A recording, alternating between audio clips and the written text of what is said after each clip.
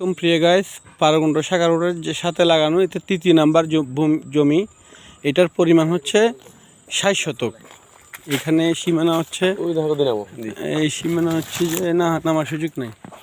এখানে সীমানা হচ্ছে যে এই আড়া দেখা যাচ্ছে, এই আড়া থেকে সাথে লাগানো কথা গেছে তো লাস্ট মাথা পর্যন্ত। এটা হলো যে পাশ, যেটা দেখাচ্ছি এটা পাশ এক শাখা রোড থেকে নিয়ে জায়গাটা।